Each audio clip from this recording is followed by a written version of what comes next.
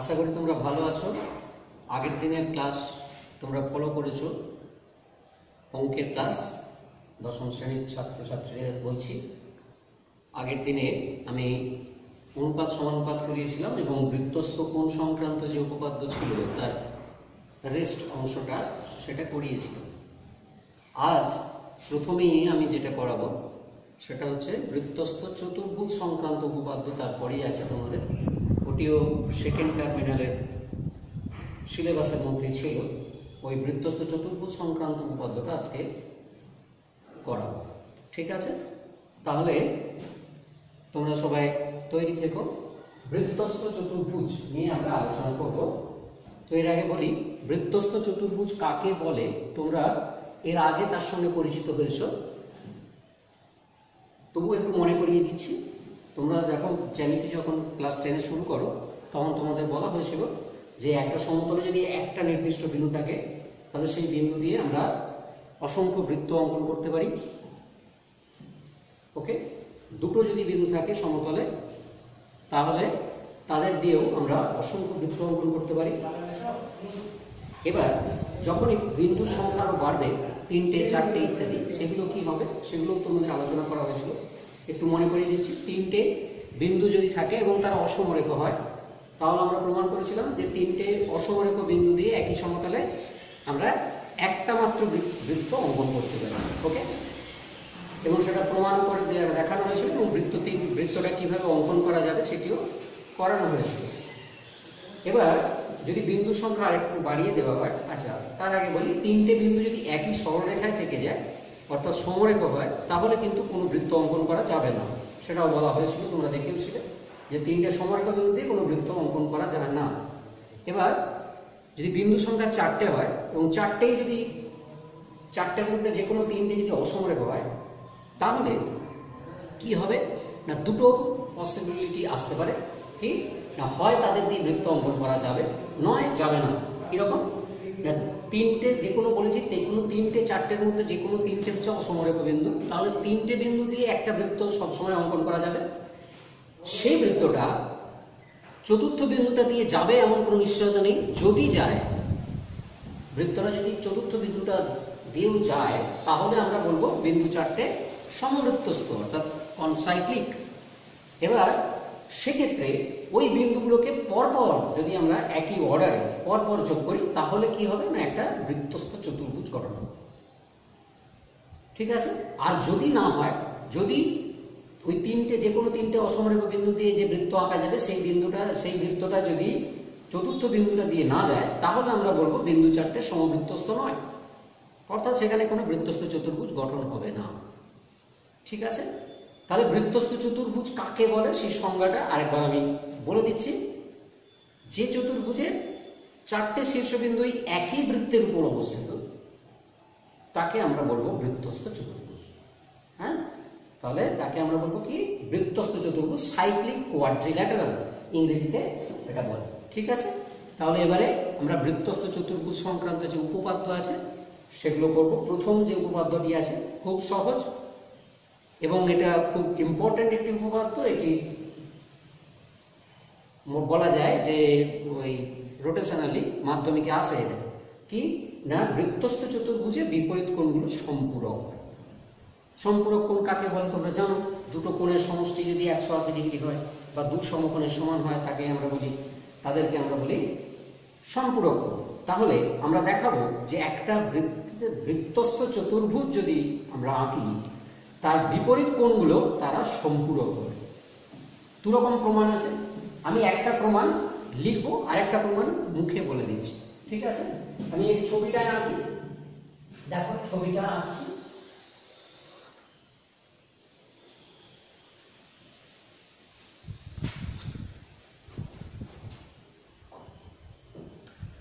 ভালো হবে না ছবিটা, কেননা আমার কাছে কোনো ইনস্ট্রুমেন্ট নেই, খালি হাতে আঁকছি, একটু অ্যাডজাস্ট করে নেবে।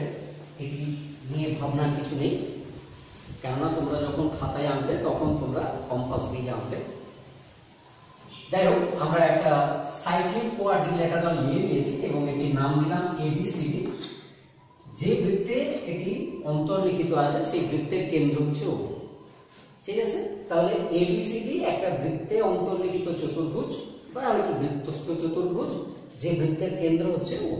আমাদের দেখাতে হবে এ কোণ আর সি কোণের সমষ্টি 180 ডিগ্রি, আবার বি কোণ ডি কোণের সমষ্টিও 180 ডিগ্রি। তো সেটি আমরা খুব সহজে প্রমাণ করে দিতে পারি। জাস্ট আমরা ওবি আর ওডি যোগ করব। যদি যোগ করি ওবি আর ওডি, দেখো এখানে এপাশে একটি চাপ আছে, যে চাপটির নাম হচ্ছে বিসিডি। এই বিসিডি চাপ বৃত্তের কেন্দ্রে যে সম্মুখ কোণটা উৎপন্ন করেছে সেটি দেখো, সেটি হচ্ছে ডিওডি, তাই তো? তাহলে বিসিডি চাপ দ্বারা উৎপন্ন কেন্দ্রস্থ সম্মুখ কোণ ডিওডি, এবং এই একই চাপের দ্বারা গঠিত বৃত্তস্থ কোণ কি বিএডি। ওকে, তাহলে তো আমরা লিখতেই পারি যে বিওডি সমান 2 অফ বিএডি।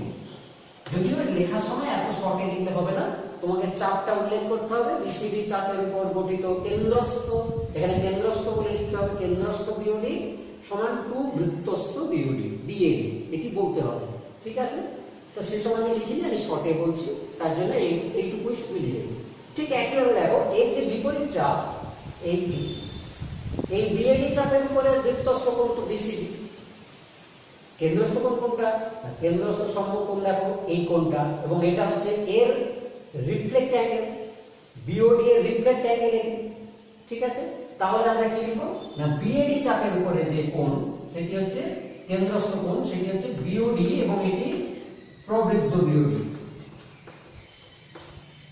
ঠিক আছে, যদিও আমরা রিফ্লেক্ট বিওডি বলেও লিখতে পারি, তো তোমাদের বইতে সেভাবে লেখা নেই, প্রবৃদ্ধ বলেই লেখা আছে। অ্যাকচুয়ালি এটা যদি 180 কম হয় তখন এটা 180 বেশি হবে, এখন এটি যদি 180 বেশি হয়ে যায় তখন এটা 180 ডিগ্রি কম হবে। সুতরাং একটা আরেকটা রিফ্লেক্ট অ্যাঙ্গেল, এই হচ্ছে ব্যাপার।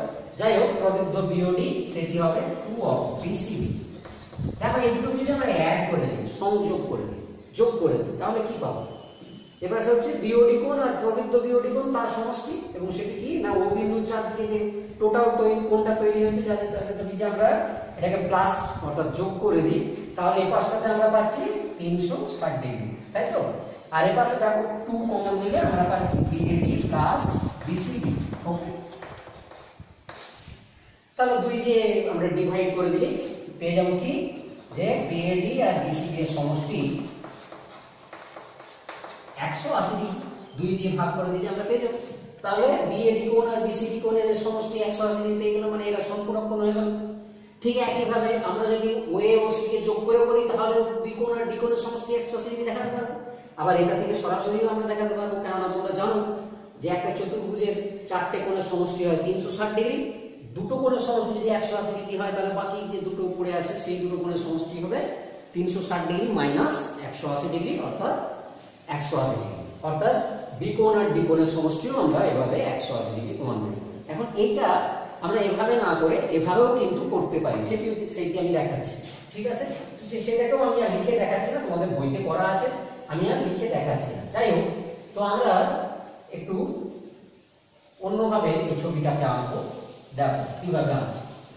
তাহলে আমরা ধরে নিয়েছি যে এবিসিডি একটা বৃত্তস্থ চতুর্ভুজ, অর্থাৎ এবিসিডি চতুর্ভুজটা বৃত্তে অন্তর্লিখিত। আগেরটার ক্ষেত্রে আমরা কেন্দ্রটা ধরেছিলাম, কেন্দ্রটা স্পেসিফাই করেছিলাম, কেন্দ্রটিকে আমরা স্পেসিফাই করেছিলাম, কেন কেন্দ্রটা আমার দরকার ছিল, ওইভাবে প্রমাণ করার জন্য আমাদের কেন্দ্রের দরকার ছিল।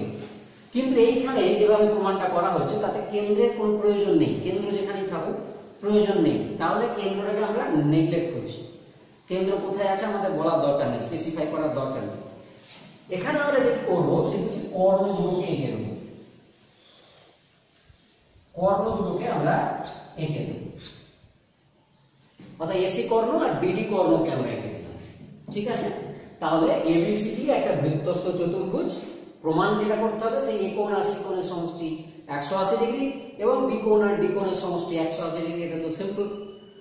তো তাহলে সেটা প্রমাণ করার জন্য আমরা কি করলাম, এসি আর বিডি কে অঙ্কন করে দিলাম। এখন দেখো তোমরা এর আগে উপপাদ্য করেছো যে একই বৃত্তে কোনো একটা বৃত্তের একই বৃত্তাংশস্থ সকল কোণের মান সমান হয়, সেটি করেছো, এবং সেই উপপাদ্যটাকে কাজে লাগিয়ে কিন্তু আমরা এটি প্রমাণ করে দিতে পারি। দেখো যদি আমি এই কোণটার কথা বলি, এই কোণটা দেখো আছে এই এদিকের বৃত্তাংশটা, অর্থাৎ এই ছোট বৃত্তাংশটাকে যদি আমি বাদ দিই তাহলে এই পাশে বড় বৃত্তাংশটা আছে, সেই বৃত্তাংশে এটি একটি বৃত্তস্থ কোণ, এটিও একটি বৃত্তস্থ কোণ।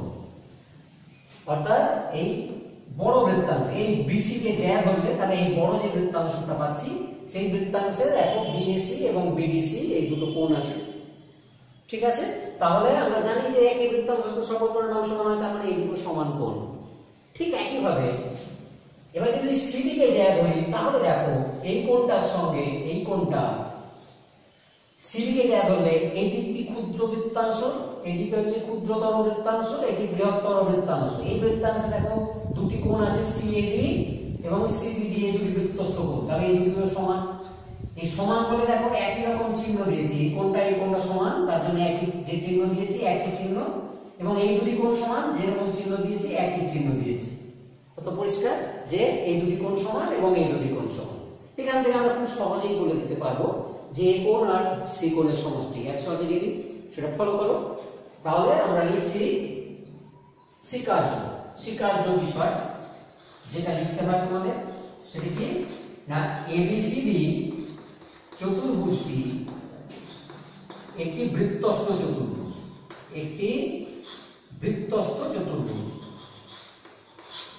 বৃত্তস্থ চতুর্ভুজ। ওকে,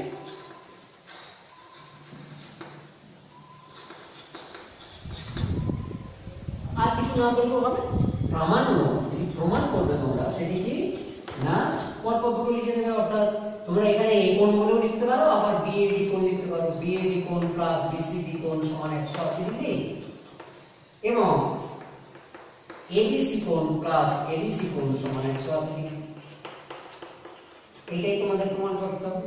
এখন এই প্রমাণ করার জন্য আমরা একটা ড্রয়িং করেছি, অঙ্কন করেছি, এটার উপরে কি করেছি না এসি এবং বিডি কর্ণ যোগ করেছি, এখানে লিখে দেবো অঙ্কন এসি ও বিডি যোগ করা হলো, ওকে। এবারে প্রমাণ খুব ইজি প্রমাণ, দেখো কি লিখো। আমরা প্রথমে বলবো যে বিএডি, আমাদের তো চাই বিএডি কোণ প্লাস বিসিডি কোণ, এইটি আমরা লিখে দিলাম, বিএডি প্লাস বিসিডি সমান 180 ডিগ্রি। এইটি আমাদের প্রমাণ করতে হবে, একবার প্রথমে আমি লিখে দিলাম, এইটির মান আমরা নির্ণয় করব। দেখো কিভাবে বিএডি কে দেখো আমরা দুটো কোণে ভাঙতে পারছি। এই যে বিএডি, এই কোণটাকে আমরা যদি বিএসি আর সিএডি কে ভাঙি তাহলে সেভাবে লিখব বিএডি কোণ সমান বিএসি প্লাস সিএডি। এইটিকে কিন্তু রেখে দেবো, বিসিডি কে রেখে দেবো। এইটাই হচ্ছে এখানে ট্রিক্স, কি না তুমি একটাকে ভেঙে দাও বাকিটাকে রেখে দাও। তুমি এটাকেও ভেঙে দিতে পারতে, আবার এটাকেও ভেঙে দিতে পারতে। ঠিক আছে, যদি এটাকে ভাঙা হয় তাহলে এটাকে রেখে দিও, বিএডি রেখে দিতে হবে, বিসিডি কে দুটো অংশে ভেঙে দিতে পারতাম, বিসিডি কে বিসিএ আর ডিসিএ তে ভেঙে দিতে পারতাম। ঠিক আছে, যাই হোক আমি বিএডি কে ভেঙেছি, বিসিডি এর জন্য যেমন ছিল রেখে দিয়েছি। ঠিক আছে, এটাই ট্রিক্স। এবার দেখো বিএসি কোণের জায়গায় আমরা বলেছি একটু আগে, আমি এটা নিয়ে আলোচনা করছিলাম যে বিএসি কোণ আর বিডিসি কোণ সমান একই বৃত্তাংশস্থ কোণ, তাহলে বিএসি কোণের জায়গায় আমরা লিখব বিডিসি।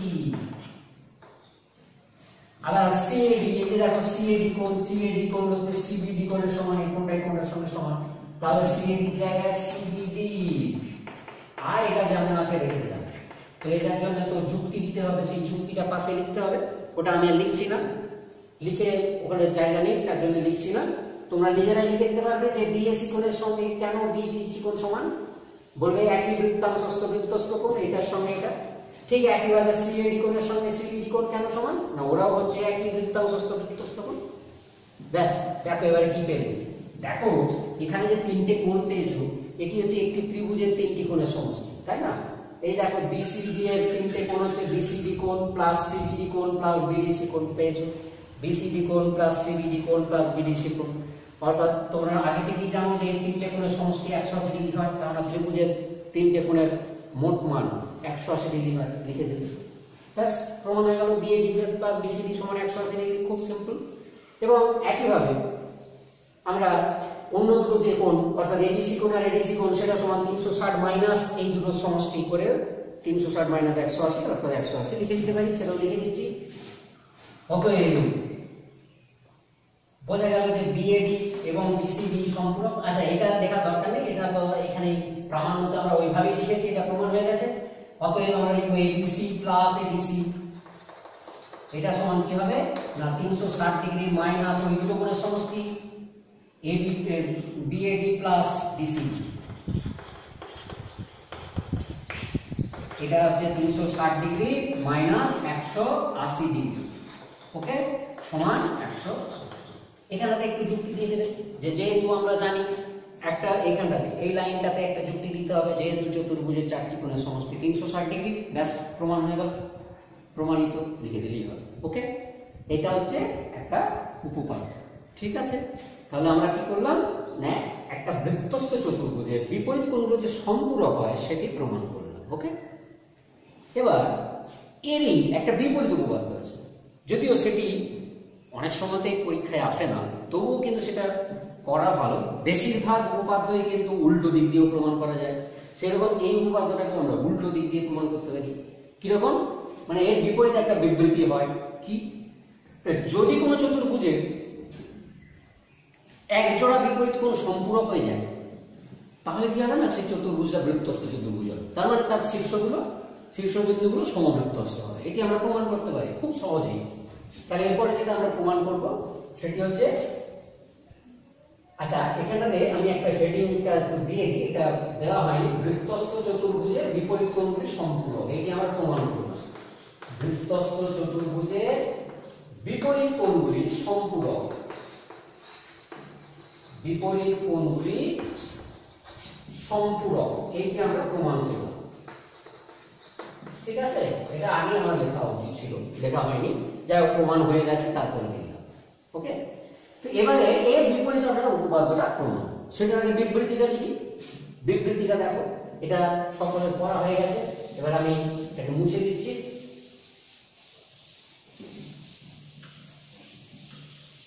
এরপর যেটা করবো সেটি বিবৃতিতে আমি আগে লিখে দিচ্ছি যে কোন চতুর্ভুজের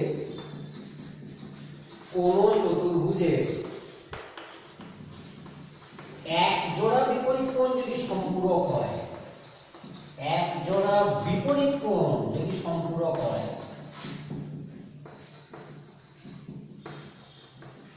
যদি সম্পূরক হয়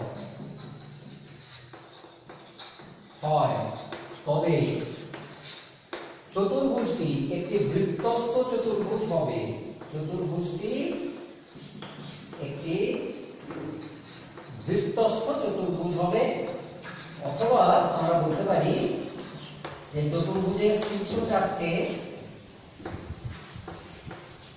সমবৃত্তস্থ, এটাও বলতে পারি, ঠিক আছে।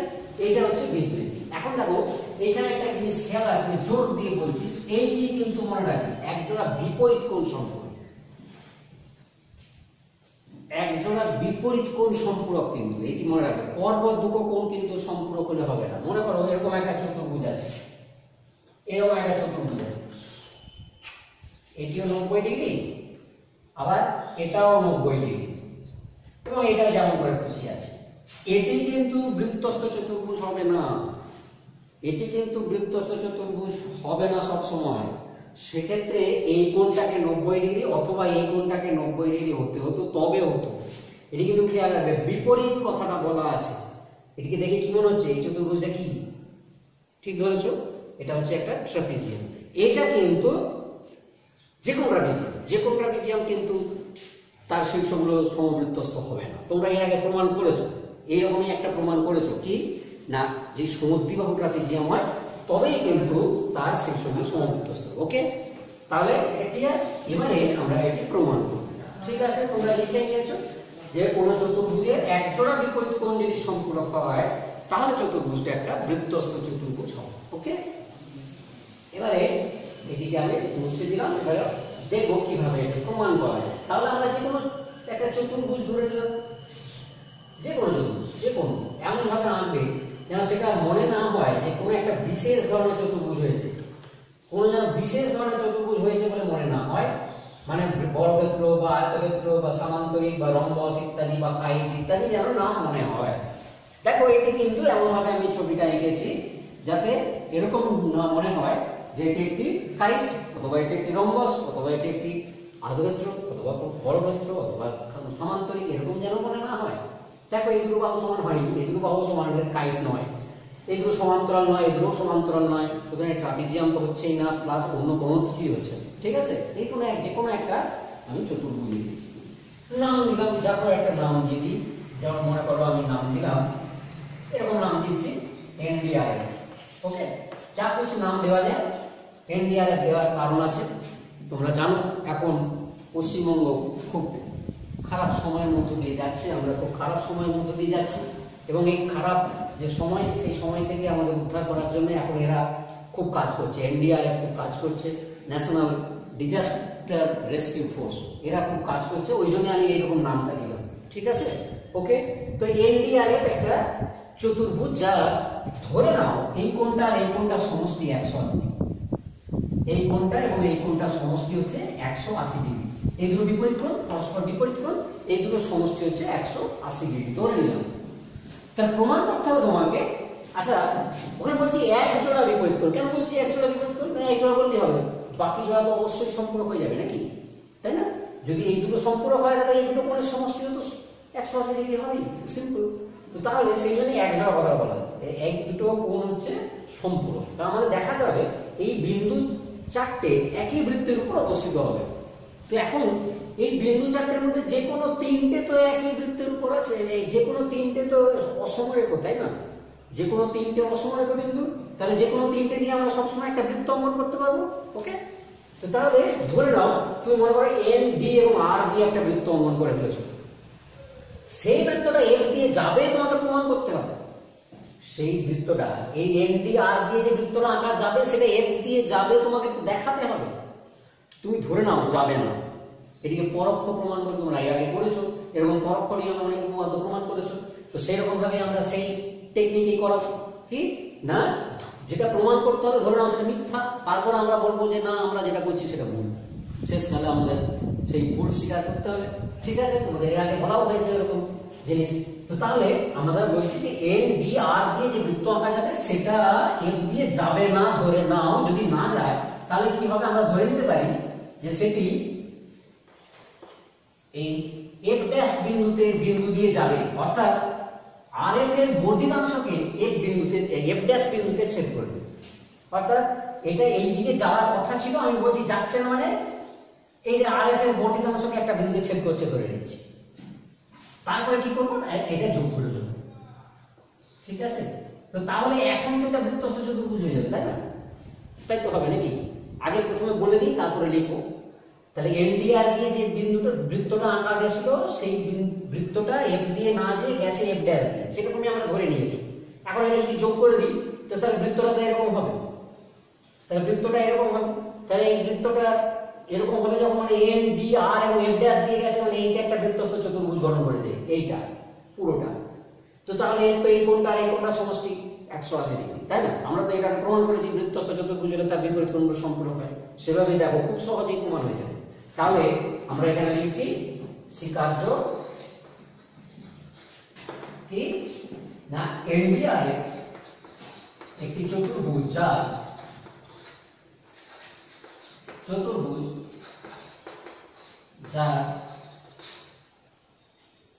এনডিআর কোণ প্লাস এনএফআর কোণ বা আরএফএন কোণ, একই ব্যাপার, এনএফআর কোণ এটা সমান 180। প্রামাণ্য কি প্রমাণ করবে, নাকি বৃত্তস্থ চতুর্ভুজ, অর্থাৎ এরকম আমরা দেখাবো যে এন ডি আর এ সমবৃত্তস্থ, এটাও বলতে পারি, অথবা বলতে পারি এন ডি আর একটি বৃত্তস্থ চতুর্ভুজ। এই চারটে বিন্দু আমরা সমবৃত্তস্থ দেখিয়ে দেবো, কনসাইক্লিক দেখিয়ে দেবো। এবার বলছি যদি সম্ভব হয়, কেন আমরা ভালোভাবেই জানি যে সম্ভব হবে না, তোমাদের আগেও বলা হয়েছে পরোক্ষ নিয়মের ব্যাপারটাই এরকম, আমরা জানি হবে না তবু ধরে নিচ্ছি ওটাই সম্ভব। সেজন্য লেখা যায় যদি সম্ভব হয়, ধরা যাক এন ডি আর এফ সমবৃত্তস্থ নয়,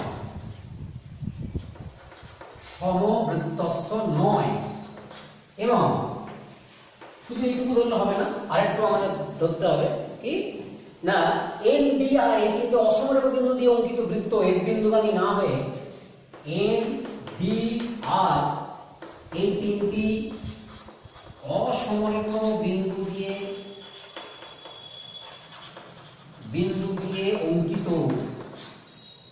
অঙ্কিত বৃত্ত এর বিন্দুগামী না হয়ে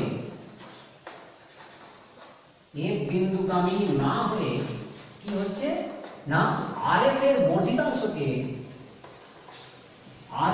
বর্ধিতাংশকে ছেদ করছে কোথায় এফ ড্যাশ বিন্দুতে ছেদ করে এরকম ধরে নেব, যেটা সম্ভব হবে না সেইটাই ধরে নেওয়া হচ্ছে। এবারে আমরা প্রমাণ করবো, তার জন্য আমরা অঙ্কন করেছি, সেটা হচ্ছে এইটা যোগ করেছি, ওই বাইরে অঙ্কন করে লিখে দিতে হবে। তাহলে আমরা অঙ্কন করেছি কি, এটা লেখা হয়ে যাবে, অঙ্কন করেছি না এন এফ ড্যাশ, এটা যোগ করা হবে।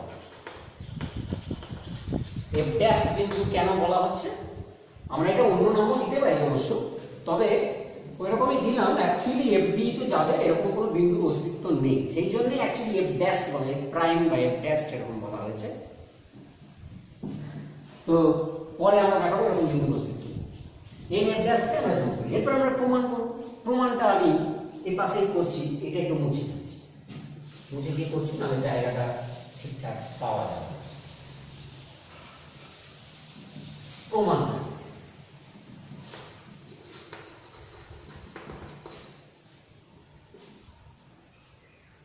এবার বলবে আমাদের কল্পনা অনুযায়ী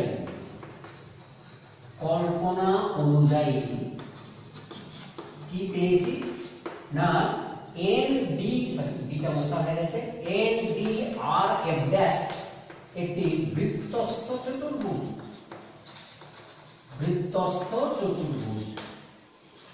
ওকে। অতএব এটা তো খুব ইজিলি আমরা বলতে পারি যে এন ডি আর প্লাস এন এফ ড্যাশ আর এই দুটো কোণের সমষ্টি হচ্ছে 180 ডিগ্রি। কেননা এখন এইটা আর এটা বিপরীত কোণ হয়ে গেছে, এই দুটোর সমষ্টি 180 ডিগ্রি। অথচ দেখো আমরা আগে যে শিকারটা করেছিলাম সেটা কি না এই দুটো সমষ্টি 180 ডিগ্রি, কিন্তু এন ডি আর প্লাস এন এফ আর এইটা তো আমরা জানতাম যে এটা 180 ডিগ্রি, এটা তো আমরা স্বীকার করে নিয়েছিলাম, প্রথমেই আমরা এগ্রি করেছিলাম এটা যে এটা 180 ডিগ্রি। তো এই দুটো থেকে আমরা কি পাচ্ছি, এই দুটোকে যদি কম্পেয়ার করি কি পাচ্ছি, এখানে 1 নাম্বার দিতে পারো, এটা 2 নাম্বার দিতে পারো, লিখতে পারো কম্পেয়ারিং 1 and 2। তাহলে 1 নাম্বার আর 2 নাম্বার সমীকরণ দুটো আমরা তুলনা করে কি পাবো, খুব ইজি পাবো যে অতএব আমরা পাচ্ছি এন এফ ড্যাশ আর এন এফ আর সমান এই কোণটা সমান পেয়ে গেল। সেটা সম্ভব কিভাবে, এই কোণটার সঙ্গে এই কোণটা সমান কিভাবে, যদি এই কোণটা হতো তাহলে সমান হতে পারে, কিন্তু এই দুটো কোণ কি করে সমান হবে। দেখো এইরকম একটি ছবি আছে, আমি আরেকবার ছবিটা আঁকছি, এরকম একটি ছবি আছে, দেখো এইটি বহিস্থ কোণ, এইটি হচ্ছে তোমার এফ বিন্দু, এটা এফ ড্যাশ বিন্দু, এটা এন বিন্দু, এরকম তো ছবিটা।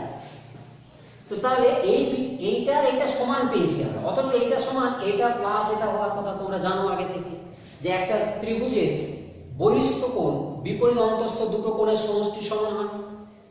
তাহলে এটা সমান এটা প্লাস এটা হয়, তাহলে এটা জায়গায় আমরা লিখব this equal to N F dash আর plus F N F dash, ঠিক আছে। কেননা এই কোণটা হচ্ছে এই দুটো সমান, তার কারণ এই এন এফ এফ ড্যাশের বহিস্থ কোণ হচ্ছে এন এফ আর, এইখানে আর ছিল, এখানে আর বিন্দু ছিল, ঠিক আছে। তাহলে এন এফ আর হচ্ছে এই দুটো সমষ্টির সমান হবে, সেরকম লিখে দিচ্ছি। এইটা সম্ভব কোথায়, এইটা বলছে এই কোণটা মানে একটা কোণ, সেই কোণটাই প্লাস আর একটা কোণের সমষ্টির সমান, এটা কখন সম্ভব হয়, যদি ওই অপর কোণটা 0 হয়, অর্থাৎ এই কোণটা 0 হয়। তাহলে কি লিখবো, ইহা সম্ভব কেবল যখন এই এফ এন এফ ড্যাশ সমান 0 হয়, অর্থাৎ যখন এই কোণটা 0 কখন হবে না, যদি এই কোণটা এই কোণটা না, এই কোণটা 0 কখন হবে, এফ এন এফ ড্যাশ এই কোণটা 0 কখন হবে না, যদি এই মানে এই বিন্দুটা এখানে সমান করতে হয়, অর্থাৎ এই বিন্দুটা যদি আলাদা কোনো অস্তিত্ব না থাকে, এই কোণটা 0 মানে অ্যাকচুয়ালি এটা কমতে কমতে 0, তো মানে অ্যাকচুয়ালি এন এফ ড্যাশটা এন এফ এর সঙ্গে মিশে যাবে, মানে এফ ড্যাশ বিন্দুটা এফ এ চলে আসবে, ঠিক আছে। তাহলে অর্থাৎ যখন এফ ড্যাশ বিন্দু এফ বিন্দুতে সমাপতিত হবে, কেউ বলতে পারে যে এফ তো এফ ড্যাশে সমাপতিত হতে পারত,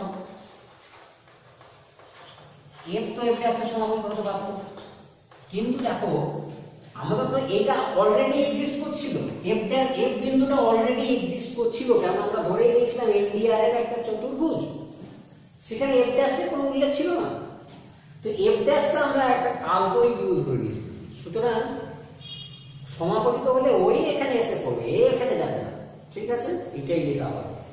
তাহলে কি বলা হলো, তাহলে এফ ড্যাশ বিন্দু তো এফ বিন্দু দিয়ে সমাপতিত হবে, মানে যে বৃত্তটা আঁকছিলাম সেটা এফ বিন্দু দিয়ে যাবে, হ্যাঁ। তাহলে এখানে তোমাদের সেটা লিখতে হবে যে অর্থাৎ আমরা যেটা করছিলাম ধরে নিয়েছিলাম, অর্থাৎ